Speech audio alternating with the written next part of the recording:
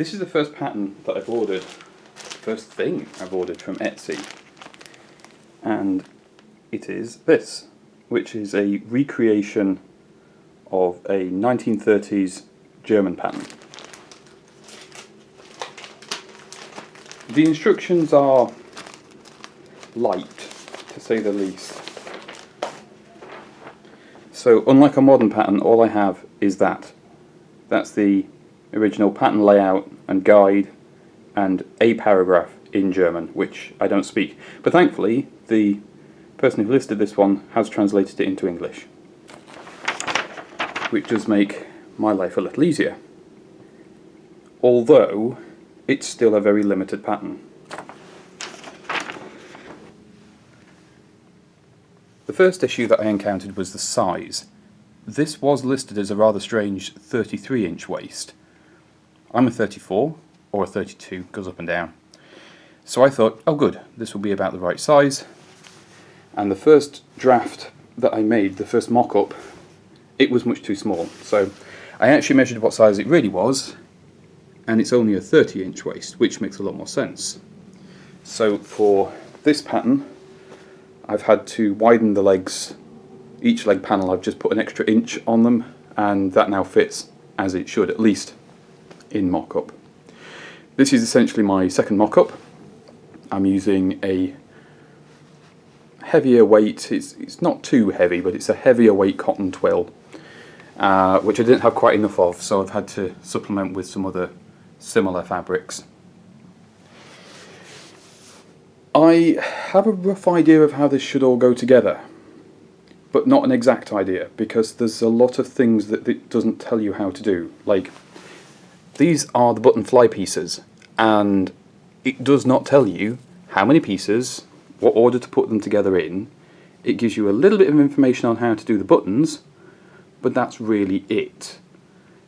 There's other details, like on the side there's these little, I think they're decorative, I have seen them on other period trousers, and they seem to be a throwback to something else for adjustment, but I'm not sure what. I've cut them out anyway, and I'll make them as usual, so I'm going to be relying a bit on experience to put this together. The other issue I'm facing at the moment is, because I still can't get to a fabric shop because of how everything is, I'm having to guess with materials online, and that means the fabric that I've bought to do the new pair out of, I like it, but it's not exactly what I thought it was when I bought it. One of the other bits I needed to change was the waistband. Again, because this was too short. It's an unusual, by modern eyes anyway, waistband in that it's a tapered one rather than just being a straight band. So when you modify the pattern for that, the way I did it was I extended by that much there, and I took the height of the waistband for the back and carried the taper through to the front for the same height the front was originally. So this taper along the top edge is resized to the new line, rather than having the taper come down and then sort of stop and go straight. I wanted to keep that shape. And having looked at pictures of originals and new ones that are very similar to this design, it looks like that helps with the fit and the comfort when it's actually on your body. The fabric that I got, which is going to be for the final version of these, is this nice sort of, it's kind of a cross between a houndstooth and a tartan. When you look at the design of it, it has these little bits in the weave that almost looks like a houndstooth. It's quite nice. It's a wool cotton blend, and it's dead stock fabric. It feels really nice. The only problem with it is it's not quite as dense a weave as I was expecting it to be from the pictures. So it should drape really well. I'm just not sure how well it's going to actually wear once it's been made into some trousers. So we'll have to find out on that one. I've got more than I need, and if there's enough left over, I'd like to make some other bits and bobs out of it. In trying to understand this pattern, I'm running across a few problems. Some of this is just lack of experience, and the instructions are... There are instructions, but they're vaguer than I'm used to. Here we go. Number 3. And it tells us the side pockets are to be lined with the outer fabric and the slits for the pocket opening to be made along the indicated line, after which they are folded in half and sewn together around the edges. I really struggled to interpret that because I'm not really sure what it's telling me. And this is where your samples come in handy. I've already done a mock-up in a fabric that's just not what I want to use to check for fit. That's when I learned that this pattern is not the size it says it is, and I had to modify. Now I'm learning how these pockets go together. I've already done this one and followed it the way I thought that the instructions wanted me to. So this piece here is sewn directly onto the pocket bag, so that shows through instead of the fabric on the inside, because you don't want to see this, but that's the same as the outside, so it just makes that less visible. The problem I was having is when I was putting this together, I thought this should be a welted pocket, and that's where you have like 2 little pieces of fabric either side and it's nice and flat. But I persisted with what I thought the instructions were telling me and layered everything up, and I really don't like the way it gathers at the top and the bottom, and I don't like the fact that there's a bit of a gap, and this doesn't seem right. And then when I looked at the instructions, is after which they are folded in half and sewn together around the edges. I wonder if that means that these pieces here, because there's one this shape that goes on the pocket bag, which I think is correct, and there's another one that goes in here, but why would you put that in there if you can't see it and it's not really offering any extra strength? So I think what I need to do is unpick this, take out the piece of fabric that's inside here, turn that into the pocket welt sides, and then sew that back together again. It's going to be a little bit tricky because I've cut everything, and ideally you want to cut everything afterwards, but I think I can do it, and it's not too bad a thing to do on this.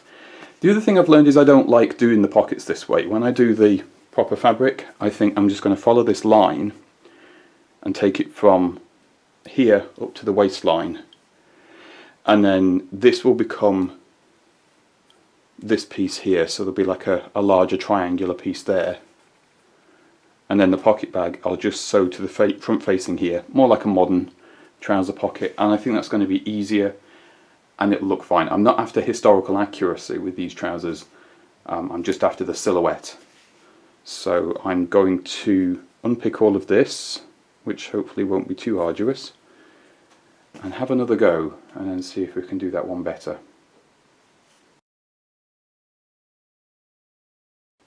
The importance of mock-ups. After several failed attempts at doing welt pockets, for some reason I'm just having a day where I can't figure them out. So back to square one, had a look at how this was put together, and unfortunately because of the way I'd been trying to do the welt pockets, this opening is now much too large, but these are a mock-up, so that doesn't matter. This is all part of the process, not worrying about it. It's not the nice fabric. Pocket bag on these is a good size, and as you can see when you put your hand in here, you can't see the pocket lining fabric because there's a square there.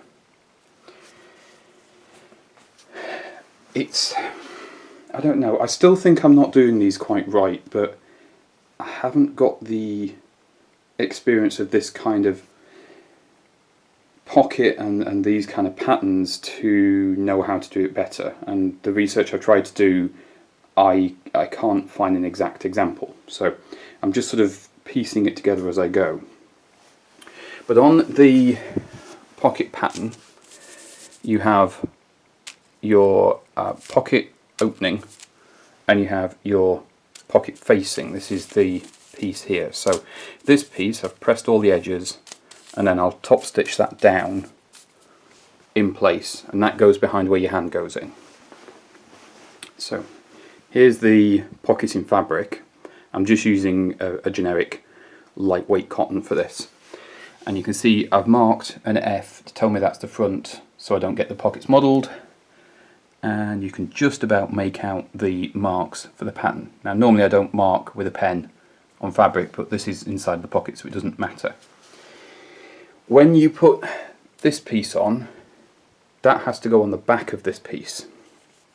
So that will go on, where are we? There, top stitched on.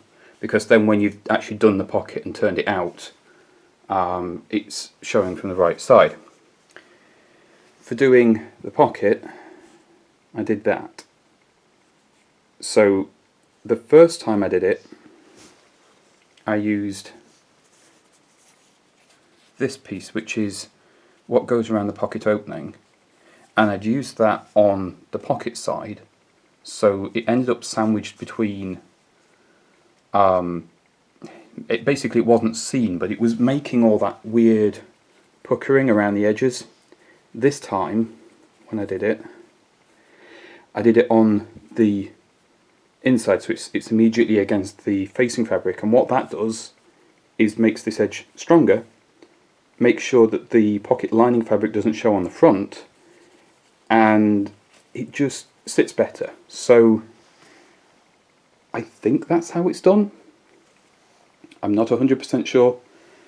I'm going to run this one together, and then I'll come back, and hopefully this one's going to look a lot better than this one does. With everything lined up, one of the things you do is line up the pocket bag with the trouser leg piece. These pocket bags actually sew into the waistband, so that gives me a little bit less work. I don't need to worry about putting extra strength in here because the whole thing will be held up by the waistband, which is good. This is the front of the trousers, so this is the side you would see if you were wearing them. So the pocket at the moment is on the side it wouldn't normally be. Before I sewed that on, I top stitched this piece on,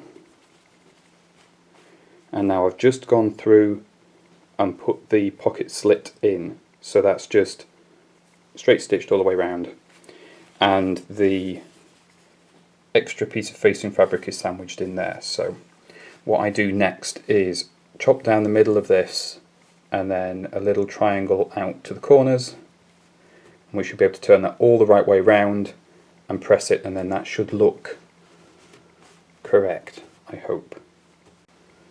Second pocket. This one went much better. I feel more comfortable with the technique, and I feel more comfortable with how they go together. The thing is, I don't really like how these pockets look. It might look different when the trousers are together, but at the moment I'm not a big fan.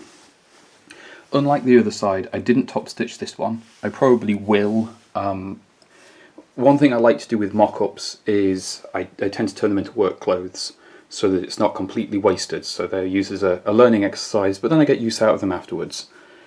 And with these, I think if I put some top stitching on, that will help.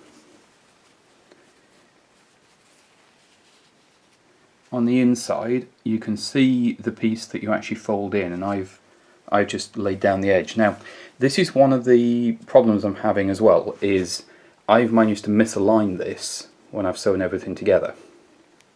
Don't know how, just did. I think I'm having a bad pocket day.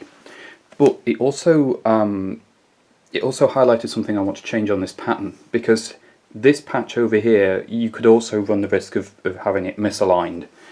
So when I do the other ones, if I stick with this pocket type, what I'll do is, instead of having a little square like that, I'll actually do a big part of the pocket here that's bigger than I really need, and then on this side I'll just use a much larger piece and trim it back, because once you roll over the edges it does give quite a nice finish on that edge. I mean, that's quite strong, it's quite smart, so I think it'll be okay, but it just seems a bit strange that you put the slit in so close to the edge of the panel where the seam ends up going, it seems odd that you wouldn't put that into the seam itself. So I think on the proper version, what I might do is I might take this seam line here and just chop the edge off the front of the panel and change the pocket lining. We'll see. I'm not entirely happy with this, but it's new to me. It's something that I'm having to learn as I go, and the information I've got is spotty. So it's how sewing goes sometimes. Sometimes you can't actually get it right first time, and that's okay. Now that I've got the pockets sorted, the next big challenge is doing the button fly on these trousers. There are no instructions at all, and button flies are something that I've not been exactly brilliant at. The first thing to note is that the front curve on here is a different shape on one side to the other, so that is in the pattern. There must be a reason for it. When you see them side by side, they do look the same, so that's interesting. Now, I have been doing as much research as I can on how this is done. Unfortunately, I do have a pair of buttonfly trousers. The design on these and the design on other buttonfly garments that I've found are all slightly different but also the same. It's one of those things. So I can understand from these that you have the flap for the buttonholes in there, and then this flap is the outer fabric that covers everything, and on the other side this flap's actually inserted in, so this is constructed slightly differently. Now then,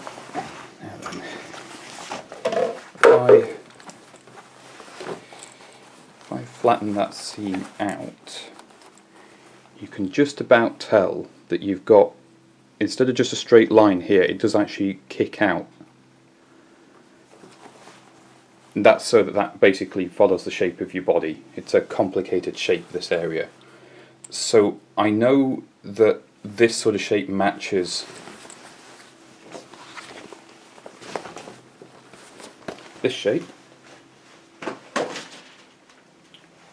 which is good. So that means that the pieces that they give you, and all you get for direction is that. You have one pattern piece. You don't know how many you need or anything. I was guessing that I've cut out 4 pieces, and I think, judging by the length of these as well, these go all the way to the waist, and this curve does follow that curve. So I think this piece, you sew your buttonholes on, and then you sew that under there, and then the other piece, you buttonholes on this side, buttons on this side. I think. I'll double check, I get muddled. This side, I don't think you need the 2 layers, I think you just need the one which goes underneath here. Now, because the other problem with this is you want this edge to be nicely bound, so do I also use this piece in here as the return to cover up that flap? It's like, it feels very complicated, so I'm just going to pin the items together, put some theory into practice, and see what I come up with, and hopefully I get it right. It's taken me a few attempts, but I think I've figured this out finally. Yeah, these are quite confusing. I did cut another one of these pieces out, so I'm using 5 of these pieces. This side, which is the side that has the buttons on, is very, very easy. You just sew your 2 pieces back to back as you would do normally, and then you have the curve that goes this way is also on here, so the 2 opposing curves actually join together, and this will then hold your buttons. So this will then be able to go underneath your buttonhole piece. The buttonhole piece is the one that's confused me quite a bit. The first attempt I did it this way, and then I realised that the return on the front, the little bit of fabric that goes back this side, wouldn't work. At least I couldn't do it tidily. So after a few experiments I learned that if you put, it's kind of handy, I'm using mismatched fabric here, if you put the outside piece in between the two hidden inside pieces and sew the whole thing together, you then turn it the right way out. I will press all this so it looks a bit nicer. And you're left with, when you turn the outside piece, now this is the bit that goes on the back of here and hides the buttons, you keep that to one side and then you have these that hold your buttons. I will then turn this inside out again, do this side seam that's long, leave the top open, and that will seal all that up, make that ready for buttonholes. Then you sew this edge to this edge, and when you're done, eventually all of that will live there, which will then overlap that, and then you will have hidden buttons, in theory. This has been an exercise in understanding 3D space. So I'm going to put these last few seams together and see if I've got it right. Fingers crossed. I'm very happy to report that the theory seems to have gone into practice quite nicely. This side, which is the one for your buttons, this open edge here, what I'm going to do with that is to make this seam nice and tidy. I'll sew this side to the front pattern, turn that round, and then the back I'll fold and press that seam, and then I'll either fell stitch it or top stitch it in place, and that will do that side perfectly fine. This side's the more awkward one, it's the buttonhole side. I've just pinned it here to mimic the seam that needs to go in, so when you turn that round, you turn it round once and again, that hides your seam away. I can top stitch over that just to make that tidy if I need to, but I don't think I'm going to have to. This then means that that covers where your buttons go. And it's a little bit complicated to get your head around when you first do it, but it's actually a very smart way of doing it. It's very, I don't know, it's very satisfying to see everything line up like that. But before I actually sew this in place, I've got to put the buttonholes in, because if you try and do the buttonholes after this is sewn in place, you can't really manipulate this very easily. Had a look in the button stash, and I do have some suitable buttons which I'll measure and space properly. I think it'll be 4 on the fly and then another one on the waist.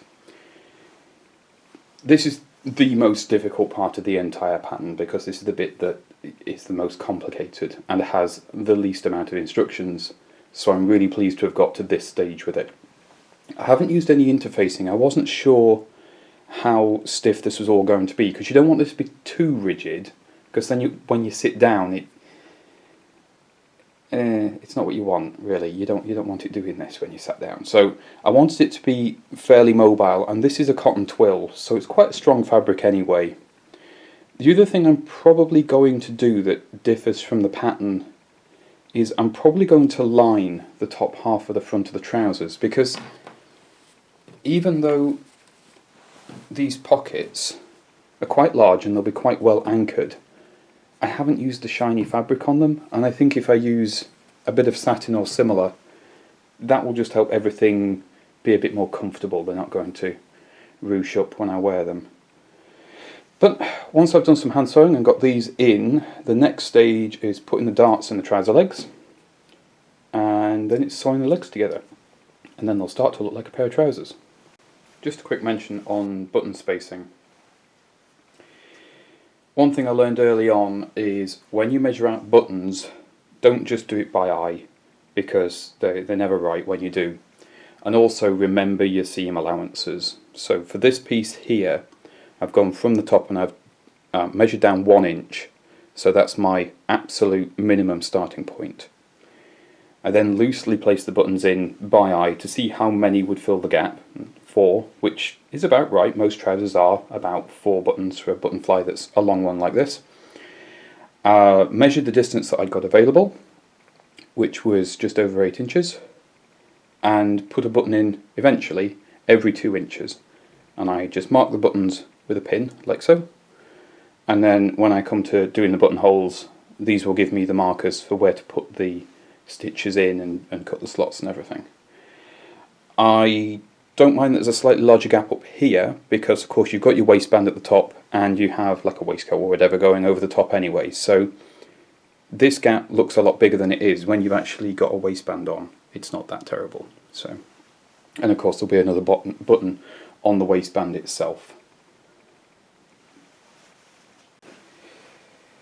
I'm learning a few mistakes as I go along as well, but that's fine.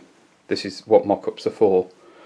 For example, this piece here, which is where your buttons go on, I should have done it the other way around.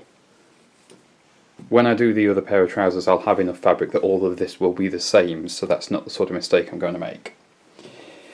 What I did with this one is this side and this side are sewn together, and then I've turned it, pinned it in place. I have not decided if I'm going to hand sew or machine sew this yet. I'll make up my mind in a minute. On this side, all the buttonholes are done, and I accidentally cut through the top where the marker was, so I've had to sew that back up again. Again, this is a mistake I'm not going to make on the final version because I've made it here instead. To attach, this piece is really complicated. To attach this piece and this piece are sewn together. You have your seam here.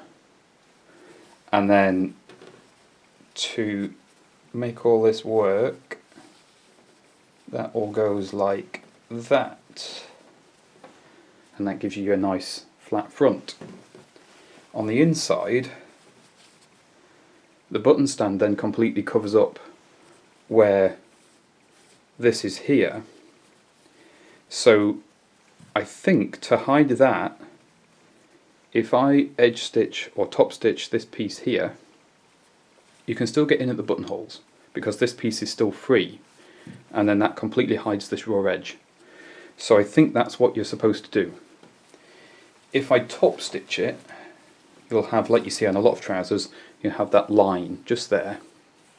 If I don't top stitch it, then the front of these would basically, I mean, I've not pressed anything yet, so pretend everything's lying a lot better, but if I don't top stitch it, there'll be no visible seam at all. It'll just be a nice flat front, and I quite like that as an idea. So I think I'm going to try hand sewing on these because it won't take me very long after I've pressed everything. Then I can get my buttons sewn in place, which will be good.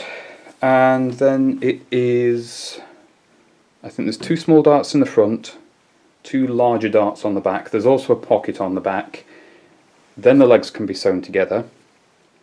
Unless I want to line things, I've still not made my mind up about that. So if I want to line things, I have to do that before I put everything together. So I'm going to press this, put the buttons on, see where we stand. I'm quite happy with how these have turned out so far. The buttons went on no bother. I did end up using the sewing machine to do these seams rather than by doing them by hand.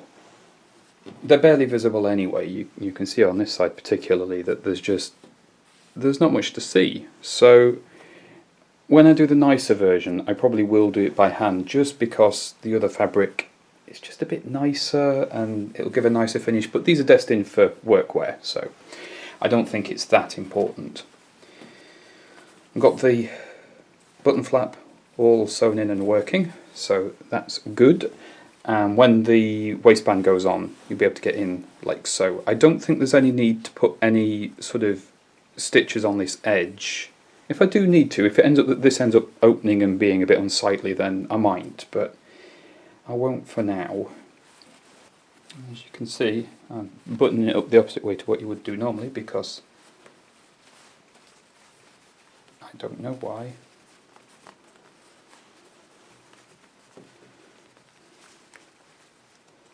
sort of thing that'd be easier to do when I'm actually wearing them. Hopefully we get that far. So, when that's all buttoned up, that is how that looks. So that's okay. I mean, I would have preferred if I'd used the right kind of fabric, but I just didn't have enough of this. I ran out.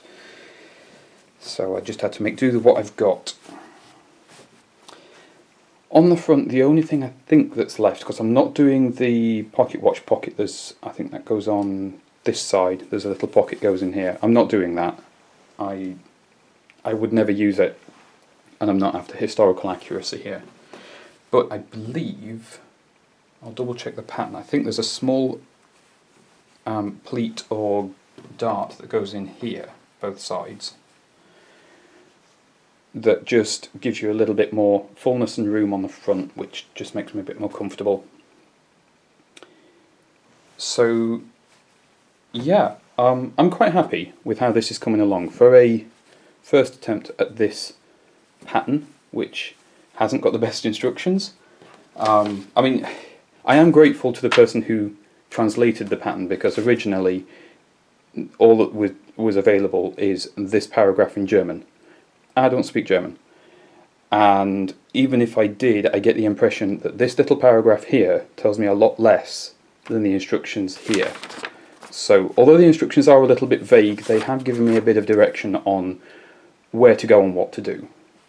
I would have liked if there was an indication of how many of each pattern piece was required. That would have helped me understand a lot of it a lot more, and sort of an illustration somewhere of how the pockets are supposed to look, that sort of thing. Now, one of the other things that caught me off guard was I've been fighting with this pattern and doing some research and trying to figure out exactly what it is I'm supposed to be doing, sort of flying blind a bit. And then Nicole Rudolph, who, if you're not watching, you should, her content's very good, posted a video on how to make trousers with this style of fly opening, and it answered so many questions I had on this process in one short video. I wish I'd seen it before I'd done all of this. But I've got the information in my head now, so that's okay. I'm going to call this video here. I'm going to break this one down a little bit. I don't want to push myself to get content out at the expense of the quality and the learning, because this isn't... I suppose it's sort of teaching you how to do things, but it's also showing you some of the pitfalls of learning along the way. There's so much I don't know about sewing and patterns, and particularly historical garments, that I'm as much of a novice as you probably are watching this. So it's important to, I think, share successes and failures and learn how not to do things and find solutions.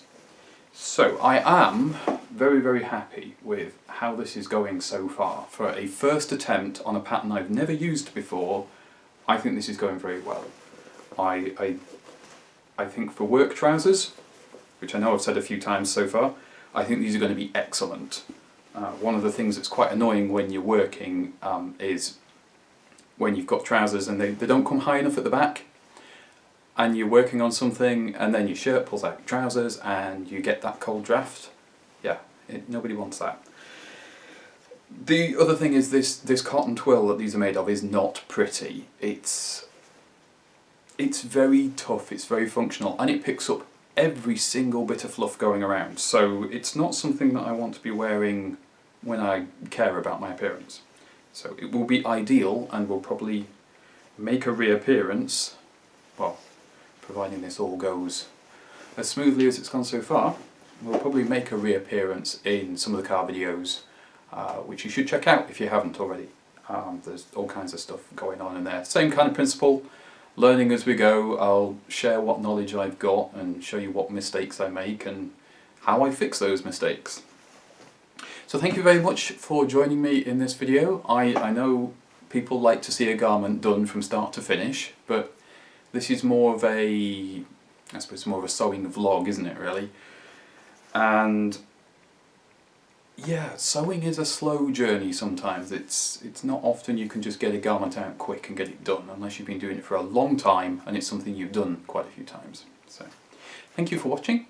As usual, hit the like button and the subscribe button and comments and blah blah blah. It all helps promote the channel. I'm still working towards that goal of actually making this pay for itself. That would be nice, because the more attention it gets, the more money I've got to spend on tools, materials, things, and the more interesting stuff I can bring you. So, yeah, until next time.